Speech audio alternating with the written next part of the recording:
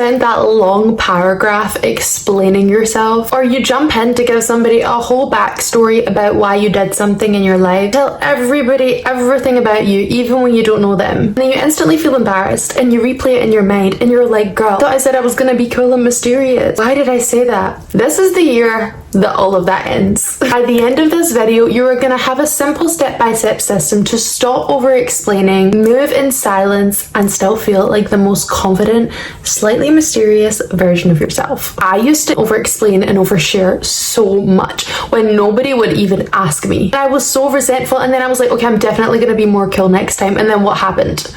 Yeah, we all know how that went. I'm breaking down the 5 steps and the biggest mistake that women are making, keeping you over-explaining and handing away your power and your aura. You can become more magnetic, and I'm even going to give you script examples because we go all in here. So grab a drink if you like. Feel free to grab the free workbook down below if you want a little extra boost, and let's dive straight in. Let's just get something straight, okay?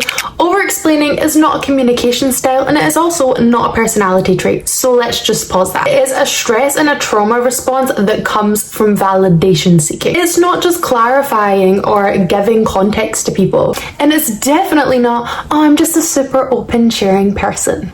Sorry. It comes from trying to get people to give you validation by agreeing with you, because what you're really craving, my girl, is to be understood, approved, and chosen and liked. And don't beat yourself up about this, because we've all been there. Your goal is to overshare or overgive so they understand you more and your intentions, and then so they will accept you. It's trying to secure connection. But do you know what it actually does? It kind of pushes people away and makes you hand away your power and gives people the opportunity to disrespect you, which I know all too well, because when you're over-explaining and when you're oversharing, you accidentally communicate insecurity by showing you want their validation. Powerful women do not submit their decisions for approval, and that is what we are going to help you do today. I was a girl sending a dissertation of side context, okay? Backstories and disclaimers. So if I can overcome this, I promise you can too. The first reframe that will change your life is if someone's going to misunderstand you, they are going to misunderstand you. No paragraph or justification will change their own perception, because everybody's perception is made up of their own life experiences and beliefs. So it's a waste of your time. You're in a mindset when you're being a chatty Cathy and you're spilling all the beans and you're telling everybody everything about you and why, is to shift and notice, okay, I know now why I'm explaining right now. It's because I want them to approve of me and I want them to understand me. Let me ask myself, why do I feel unsafe being brief? Why do I feel unsafe getting to the point? That is the reframe you're going to use. So the action step that you need to start implementing for part 1, being more aware. When you're sending a message, just check in and be like, what can I delete right now? When you're about to say something, say, what can I take away right now? That if it wasn't there, the point would still be made, because that's all that really matters. If you can take it out and the context will still be there, you don't need to say it, especially when they haven't asked. And then when you come home, I want you to journal out situations. So if you do it and you over-explain, because you're not always going to catch it right away, it takes practice. Come home and be like, okay, when did I give this 5-point presentation? What would have still communicated it even if I'd taken XYZ out? You're going to stress and reflect about these things anyway, because you know you always do it, so you might as well use it to your advantage and look back and see what you could have done differently, see what you could have taken out. Because when you're in the habit of looking at things and you start scripting these things out as a practice of journaling, then it becomes easier in the moment to catch it and do it in real time. You'll eventually build the muscle of discernment of knowing what to say and what to chill out on. Step 2 is shifting the emotional containment. Let's normalize something. You are not required to give full access to every single person you interact with. And I know you know this, but you're not practicing it. So let's drill it in a little. Someone being in your presence does not automatically earn access to your backstory, your trauma, your thinking patterns, your insecurity, your future plans. That is low value behavior, because we already know that things that are so easily accessible are perceived as lower value. Being present around you should not give permission to you. That is you basically telling yourself that you don't value yourself. Oversharing is fast intimacy, and mystery is having slow earned access. You reveal everything too quickly. You're skipping the natural pacing of a connection, and that is harming future relationships as well as you and your worth. This is why the highest value friendships and relationships you ever have in your life will not happen instantly. They will not always be just this magic overnight thing. They are built with trust and respect. And these are the connections that you get treated the best in, and people actually give you the respect that you deserve, because you water it and they had to get to a point with you to earn that access to you, and same with you vice versa. So you actually value that connection. You drain your own emotional power, you lower your perceived value, and you create this false sense of closeness with people, not actually ever realizing to discern who's for you and who's not. So there is a huge difference between intentional vulnerability and anxious driven overshare. So let's break them down. Intentional vulnerability looks like, I trust this person, so I'm choosing to open up, I'm choosing to give them the next level access to me. Anxious oversharing looks like, I need this person to feel close to me. One comes out of fear and one comes out of power. And the thing about a quietly confident woman is it is not performative. She does not just be mysterious to try and have control of the situation, withhold so she can come across more mysterious. She genuinely values herself enough to need people to earn access to certain levels of her. She respects her inner world, and so she reveals it in layers. Respectfully, this is time to build your self-worth. This is all where it comes from, because if you had high self-worth, you would not do this. You would know how valuable your story and your vulnerability are, and you would not be handing it out like party favors. Next time someone talks to you, next time someone asks, hey, so what's been going on? What are you doing with yourself? Next time someone asks you a question, I need you to pause and assess what level they're at. I'm going to put some levels on the screen. Are they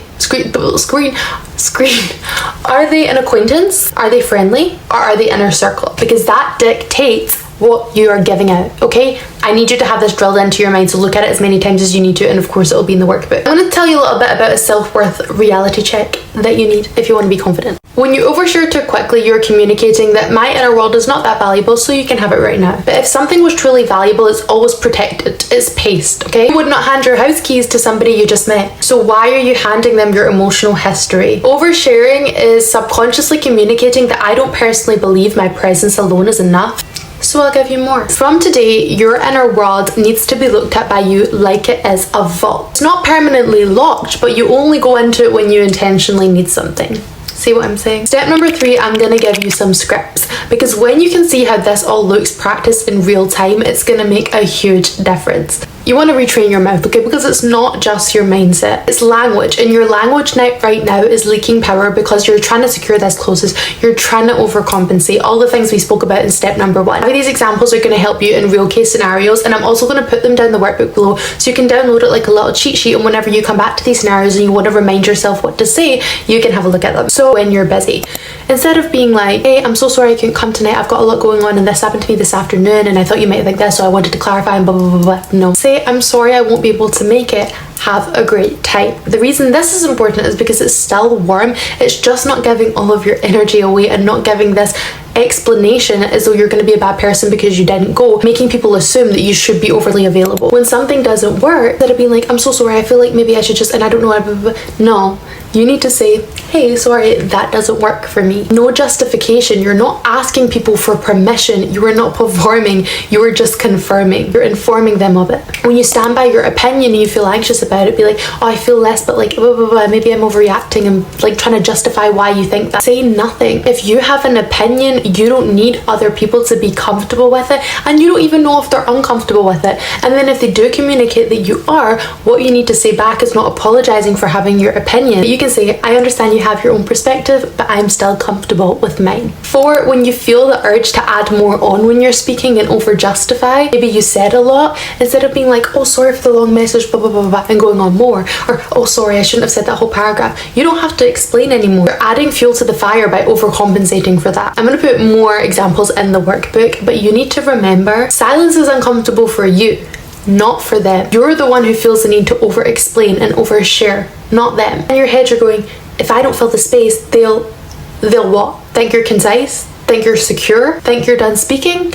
That sounds like you're raising your value. Concise confidence makes people lean into you and makes you become magnetic. Humans equate being brief with both confidence and value. When you don't say as much, it also raises your contribution value, because when you're always the person over talking, over explaining, saying a lot, then you're saying less valuable. So then people are going to assume that whenever you speak, it's not going to be that important, and they start tuning out when you're speaking. Be intentional. If you're intentional, you'll appear more powerful, and that is the rule. So let's move on to the action step. From today, I want you to apply the 3-second rule to everything in your life. And 3 seconds can feel like a long time, but I promise it's only long for you because you're stressing in that moment. Say your sentence, count to 3 in your head, and then don't add anything else on. Do not move out of impulse. Do not move out of a dysregulated nervous system. Every time you kind of sit with that discomfort and just let it be, and don't let yourself jump in, you're rewiring your mind and your nervous system to be okay without approval seeking. So eventually you can get in the habit of doing that and it won't be as uncomfortable anymore. And a bonus little micro exercise you can do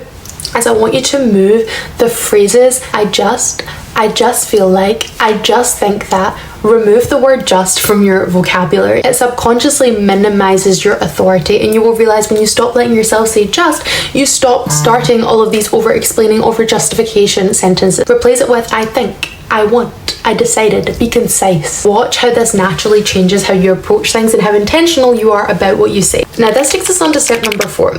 I want to actually talk about becoming mysterious and magnetic. You need to move like you do not need to be understood, because that is the thing that's making you seem the most insecure and like you don't trust yourself. When you feel like you don't need to be understood because you understand yourself, that has the most powerful magnetic energy you can put. Whenever you see the people who are most magnetic in the room, it is not the people that are always the loudest or trying the hardest. You know, it's always the people who are just calm.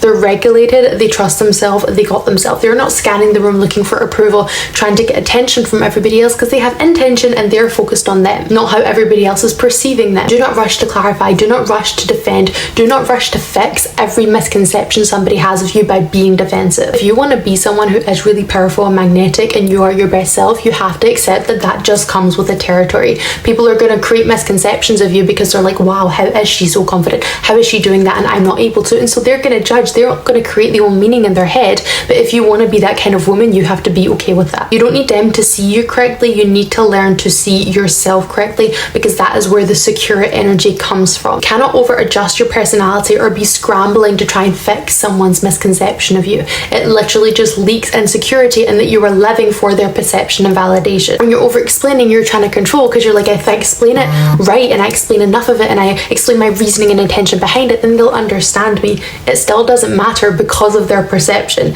They will believe what they want to believe. And this is where you have to understand that presence, energy, having a magnetic and mysterious energy, it comes from presence as opposed to words. You cannot speak your way into somebody thinking you have a certain energy about you. You have to carry it, and that comes with your internal state, how regulated you are, how in control of your emotions you are, how genuinely secure you are with yourself, and sitting with being misunderstood. Knowing that if somebody misunderstands me, it will either correct itself or it won't matter in a week. And that perspective will change your entire posture in life. Now, I have a bunch of tools for this one. I have way too many, so I'm getting my laptop out. I want you to anchor yourself. When you're in any situation and you feel like you're going down that route of, kind of justifying yourself or freaking out about what other people might think of you, I want you to constantly repeat this sentence in your mind. I am not here to prove anything. I am not here to be auditioned. That is what you need to remind yourself. Most over-explaining will start before you even speak, because when you're walking into that room, you're walking in to seek validation. Because of the place you're constantly living in, you're literally walking in with that intention. So you've already started it before you've entered the room. This reminder before you walk in is how to stop it before it even starts. Secondly is the observer shift. Instead of entering thinking, how do they see me? Enter thinking, what am I here to observe? It's like the thing I said about, you're not being auditioned, but you're doing the auditioning. You're auditioning to see what and who you want in your life. Every experience you have is you observing to see what you would like more of or what you would like less of in your life. So why are you acting like you're the one that's being, under a microscope? I want to give you 3 presence hacks. This is just very practical to help you out in the moment with how magnetic or mysterious you're coming across. I want you to speak 10% slower than your nervous system wants you to, and be very intentional about this. Slower speech equals perceived confidence, and not only are you allowing others to perceive that you're more confident, but you're also training yourself and tricking yourself into believing that you're confident because you are slowing down. Because when you're anxious, you're always rushing, and then you can actually think before you speak by letting your thoughts catch up, because you're slowing it down a little bit before you jump in to say something impulsive based on what you're used to doing. Hack 2 is being still. Okay, once you say something, I need you to not look down, I need you to not fidget, I need you to not nervously laugh, I need you for a couple of seconds to just stay in the moment and hold eye contact. When you kind of brush something off with your body language after you've said it, it immediately removes credibility. And the third is having a little post-conversation ritual with yourself. After any social interaction, you're probably the kind of person who's always spiraling and thinking about what they said afterwards. So instead of doing that, I want you to ask yourself these questions. Did I overextend? Or did I honour myself? Did I stay regulated? If yes, it's a win. If no, it's an opportunity to reframe and retain information for next time. You have to measure yourself by how aligned you are with yourself, not how other people responded to you. There's also a visualization technique that I would highly recommend doing. Once a day, do this for a week. Visualize yourself in a conversation. Okay, see yourself listening more than you're speaking, being regulated, slowing down, using all the hacks I spoke about before, answering briefly, saying less than you need to. And the great thing about doing this in your imagination is if you don't do it right, you can just go and do it again and change what you should have done last time. Hold eye contact, staying in silence, visualize this moment. Imagine walking away feeling composed and not having a spiraling mental breakdown afterwards. When you visualize something, your subconscious mind, your brain, it cannot tell the difference between real and imagined. And so what happens is your brain thinks that's actually happening, and when you continuously visualize it, your brain thinks that's how you're behaving, and eventually you're rewiring that that's normal for you into your mind. So if you consistently do that, when it gets to the moment where you're actually doing it in real life, your brain is going to sabotage you a lot less and feel a lot more comfortable because it thinks you've already done it before. And the very last action step for this section is alter ego channeling. And there's lots of information about an alter ego online, so I'm just going to tell you the very basic simple rules so how you can use it to help you with this. You need to create a version of you like the version you want to become, but not someone that's fake and totally different and as though you're copying or trying to be somebody else. It's just about the most evolved version of you, the things you know you can change once you've reached that point, because you're not trying to channel somebody else, you're trying to make this you. So you want to think about the most developed version of you who's overcome this insecurity, who's overcome this over-explaining and oversharing, and you want to embody her before you walk into a situation. So name her. Write down what she does differently in a conversation. You don't have to give her like an actual name. It could literally be like boss me, future me, or confident me, or magnetic me. It could be anything at all, or you could give her an actual name if you want to, but think about her, that version of yourself, when you were stepping into her. How does she move? How does she speak? How does she think? How does she process thoughts? How does she reframe things that doesn't serve her? When you get this clear picture of her, it's easy for you to step into her before you walk into a situation, which actually perfectly takes us on to step number 5. The very last step is the biggest mistake you're making that's stopping you from being magnetic and mysterious and keeping you over explaining yourself. You need to stop performing and start becoming secure. When women hear being mysterious, they turn it into a strategy. Think, okay, I'm gonna look at this online, like what are the psychology tips I can use? How am I gonna look? How am I gonna act? How am I gonna hold myself? They think about all these physical things they can do on the outside to perform it, but the problem is when you're only performing it on the outside, you're training your mind, I'm not really this thing, so I have to perform it in order to come across that way, and you're just reinforcing into your mind, this is not me, this is not who I am, and making it harder for yourself. Trying to manufacture power that you do not have for yourself through force, and ironically people can smell that off you. Mystery is about not faking, but about actually having the self-security and self-possession. You have to believe you're valuable, you have to believe you're worthy. Attractive magnetic energy fully comes from the inside, I promise you this. That is why working on everything internally will be the thing that changes who you are and how you carry yourself externally. So the goal is not to become mysterious anymore. The goal is to become so internally secure that you're naturally magnetic. So your next task is to watch some of the following stuff that is going to exude this magnetism on the outside, and of course grab the workbook down below because that is what's going to take you up here. Subscribe for 2 videos every single week on confidence, becoming the best version of yourself, and creating your dream life, and I will see you in my next video. Bye. Does not what's wrong with me today? Not even charging the whole dang time.